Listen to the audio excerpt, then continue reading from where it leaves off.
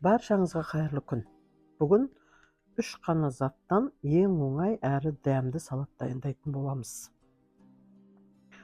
Кәрістердің бауырдан, сәбізден және пияздан дайындалатын салаты тез жасалады және өте дәмді, әрі тәбетіңді ашады.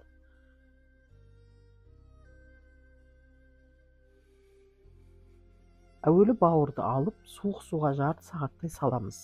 Сүтке де салуға болады. Бұл бауырдың жұмсақ болуына көмектеседі.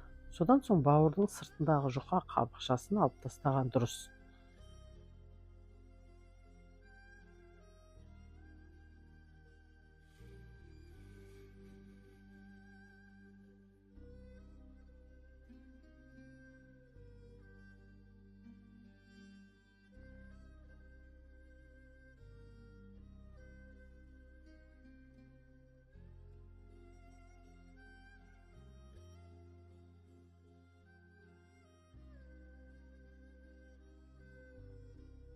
Содан соң қазанға су құйып қайнатамыз. Қайнаған суға бауырды саламыз.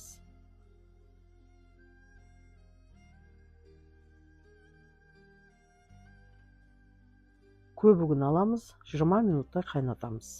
Содан соң бауырды алып салқындатамыз. Бауырды жұқалап турап алып, содан кейін ұзынша етіп жіңішкелеп кесеміз.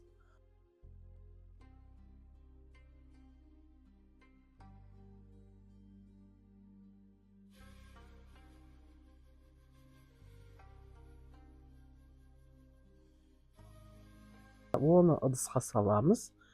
Пиязды алып, оны да жіңішкелеп тураймыз.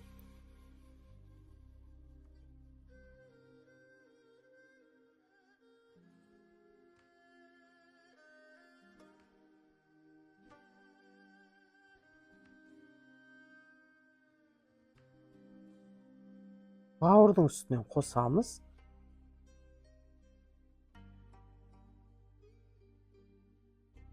Сәбізді де арнайы құралмен жіңішкелеп өткізіп аламыз.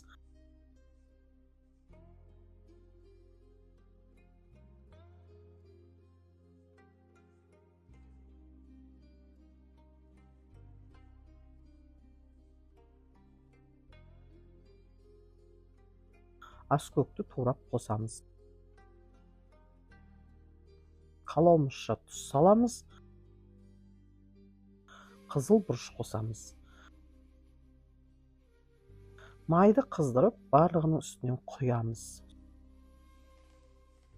Содан соң жақсылап араластыру керек.